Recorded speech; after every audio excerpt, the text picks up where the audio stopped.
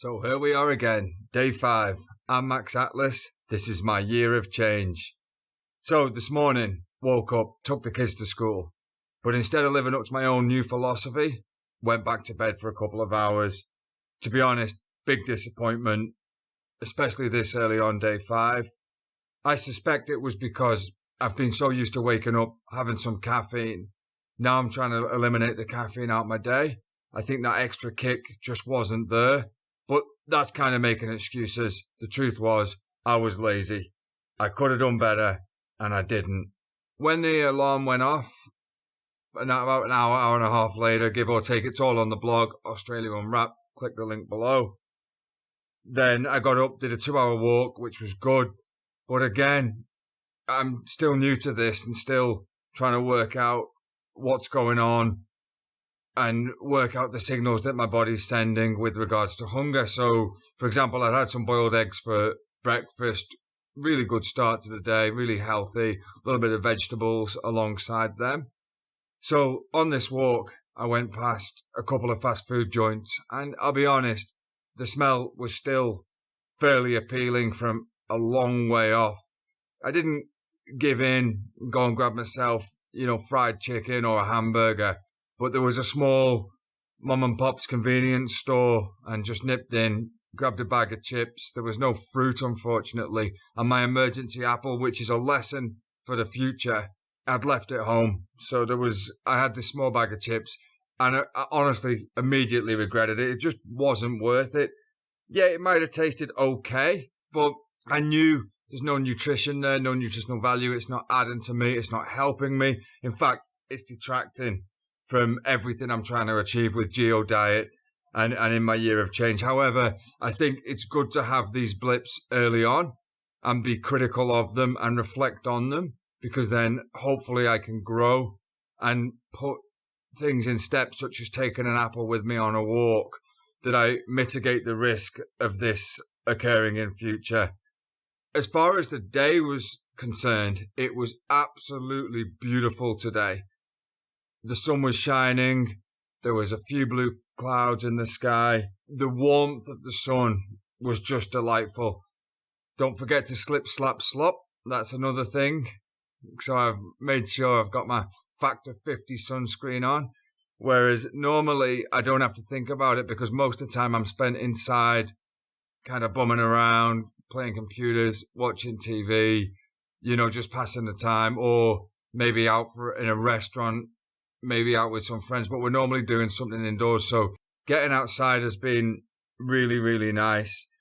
I think that seeing the trees around you and seeing the blue sky, you kind of start to realize that maybe, and I don't know, but maybe that although I am me, maybe the earth is more than just what it seems to be in terms of the black and white sense, because the nature around me feels like it's so alive. One very interesting thing, though, that I'm going to have to work on, and this is with the accountability calendar.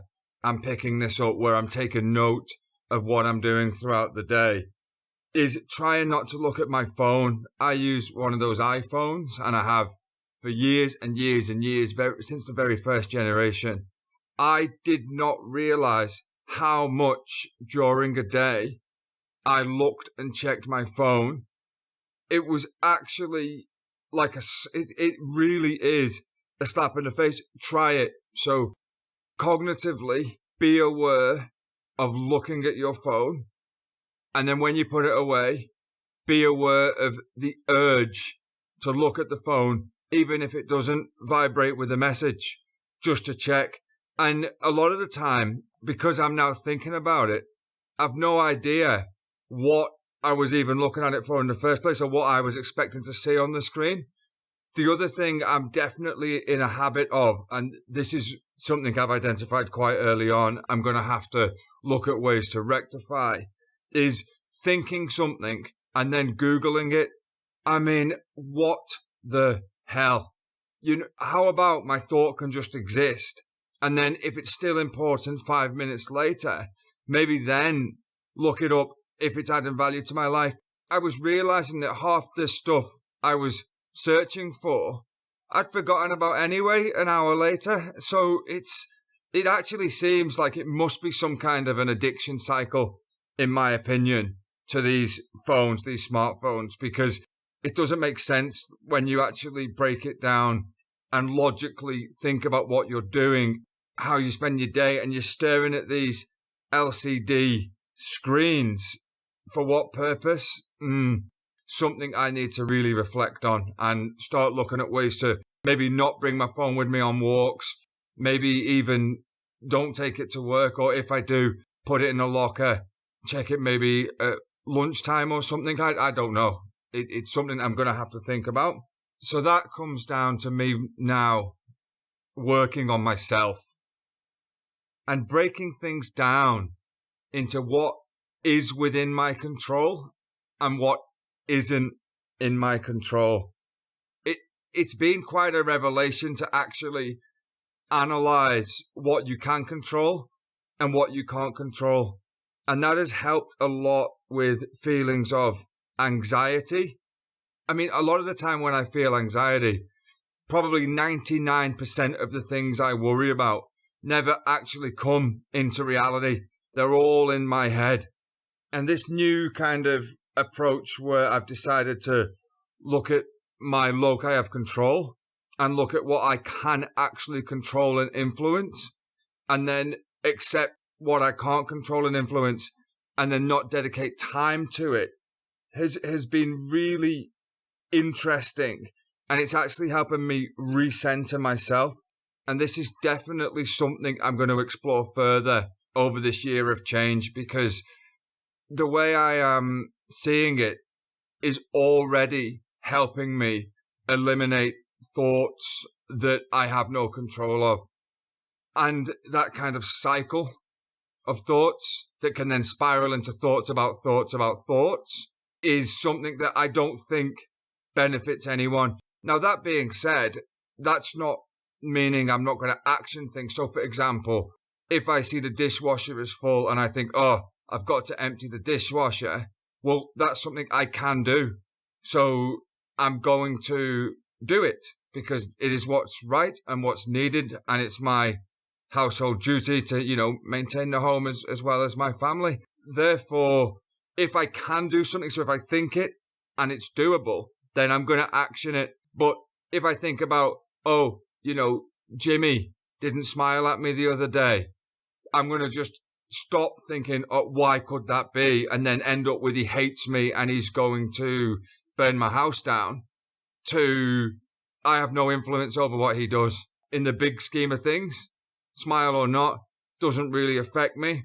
Therefore, it is not something that is of interest to me and therefore not worthy of further thought. This is a concept I'm going to explore with myself and you over this coming year and really look at finding a balance between thoughts, perception, reality. And that comes back to the original slogan, which is change your perception, change your life.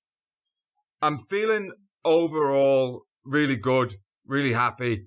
Few setbacks today, but I'm glad they're happening early on because I'm seeing each one as an opportunity to fail forwards as opposed to a negative event in itself. You can see on the link below the updated picture for today. I've got my white shorts on. I reckon they've slimmed me down a little bit. I don't know, what do you think?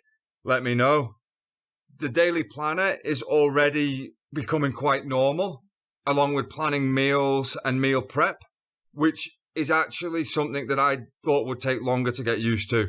I think that if I will just dedicate time daily to doing this now and for however long I'm on this earth, that it definitely helps with my structure and helps me maintain discipline. But not only the discipline, it also actually lets me feel each day I'm actually achieving something, because not only is there a written record, also that it's kind of holding myself to account. And to be honest, I'm my own worst enemy. Every excuse under the sun not to do things, but not anymore. Geo lifestyle and year of change are something that I believe are going to add a lot of value. And who knows where the journey is going to go. I went out this evening with my friends and didn't drink. And I have to say, it was a bit awkward. It was sat there, and one thing that this is going to be I need to balance this out, because one thing I was kind of aware of, and I don't know if this is true or this is just me being all high and mighty, but it seems to me like with a lot of my friends, the only reason we get together is to drink alcohol and talk bollocks, which is fun, I think. But when I stayed sober, I realized that we pretty much grouped together to enable each other's behavior to get drunk and talk crap, and not much constructive come out of it. And I just don't know if that's what I want my life to be. Working hard, paying bills, and then using alcohol as a way of escape, I guess, and thinking I'm having a good time because I'm intoxicated. So I'm just going to try and cut the alcohol down. The cigarettes have been surprisingly easy to knock on the head, but then again, I wasn't a heavy smoker by any stretch of the imagination. There's something that will continue to require ongoing effort, and don't get me wrong, you can feel the nicotinic receptors calling to you, but I would say that the absence of the caffeine had a bigger effect on my overall day than anything else. You'll be able to see below, I did the biggest exercise routine yet. Got a feeling I'm going to pay for that tomorrow, but I am loving these bodyweight exercises. I suggest you check them out and definitely consider what path you want to take. Healthy diet, healthy living, healthy lifestyle, changing the way I think. So, just to wrap up, yep, I gave in to temptation. Yep, I stayed in bed a bit longer than I wanted to. It was a good way to begin reflecting and then failing forwards. And it was an easy fail. It could have gone a lot worse. Overall, I'm feeling on track and positive. The next benchmark for me is going to be day 7. Thanks for listening, guys. Max Atlas, year of change. Change your perception, change your life. Max out.